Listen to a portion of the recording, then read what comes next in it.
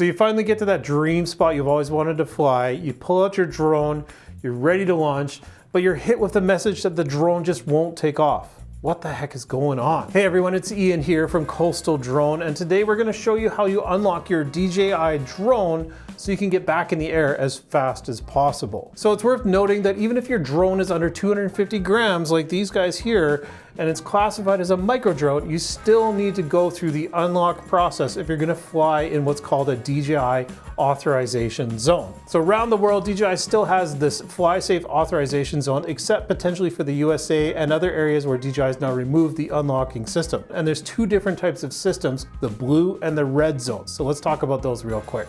They still have a warning or notification system, and they still do the self-unlock, but you don't need to go to DJI right to their website to go through the process of doing it. You can find out more about this at dji.com/flysafe. So blue zones are most likely going to be found near airports. For microdrones, you should be able to unlock it through DJI's FlySafe app right away, but it doesn't necessarily give you a free pass to fly however you like. And specifically in Canada, you still need to abide by the CARS 900.06 rule, which is the don't be an idiot rule, and be aware of any manned aircraft that are in close proximity to your drone flight. So of course what we're doing here is we're paraphrasing the fact that you can't be a hazard to aviation or people. And what does that mean?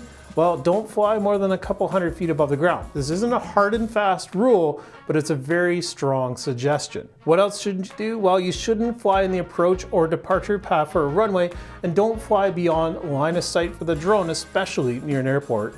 And don't fly near airplanes or helicopters. Pretty simple, right? So just because you can fly somewhere doesn't mean you should, full stop. So now that you understand the risks, how do you actually unlock your drone? Well, you're gonna need to have a smartphone and some sort of internet connection, your controller, and obviously the drone, and you'll need to be logged into the DJI account. So the drone needs to be powered on and have a good GPS lock. Once you've done that, you're gonna connect your phone to the drone using the DJI Fly app. You're gonna go in and try and take off. When you put the two controller sticks together, it's gonna pop up and say that an authorization zone unlock is required. Then you're gonna have to use your internet connection to request an on-the-fly blue zone unlock. When you go to take off, it will ask you if you understand the risk of the area you're gonna be flying in, and that you accept responsibility for it. It's gonna then send you a code which you'll need to get through text, most likely. You're gonna verify that code on screen, and then you'll be permitted to take off for the duration of that one battery. Every battery, you're gonna have to go through this process again. So just like that, you're good to go, at least for the blue zone, but there is one more thing. Every time you power the drone off and power it back on, you'll have to repeat the process again. Now, this is for micros. For drones weighing above 250 grams, you will also have to request permission from Nav Drone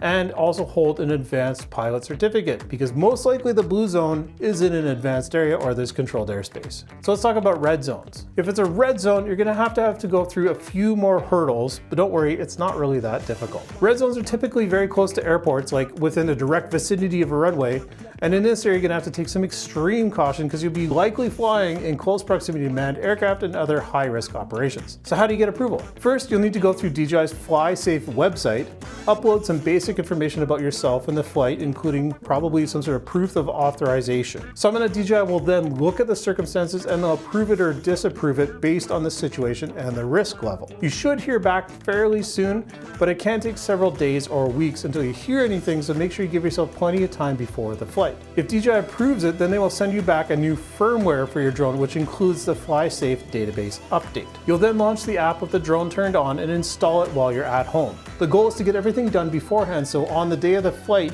you can solely focus on actually flying the drone. The unlock will be valid for the selected time that you've been allowed to fly via the unlock request, and you'll be able to fly in that very specific spot at the very specific time until it expires. The nice thing about a red zone or even a pre-installed blue zone unlock that you do at home is that you won't have to worry about another request when you swap out the batteries, unlike doing an on-the-fly blue zone unlock. So that's how you unlock your DJI in the FlySafe blue zone. The only thing left to do is to get out there and fly, but if you're still feeling a little bit nervous, check out our podcast where we dive into everything you need to know about flying drones. Don't forget to hit like and subscribe, and if you have any questions, don't hesitate to leave them in the comments below. We'll see you next time.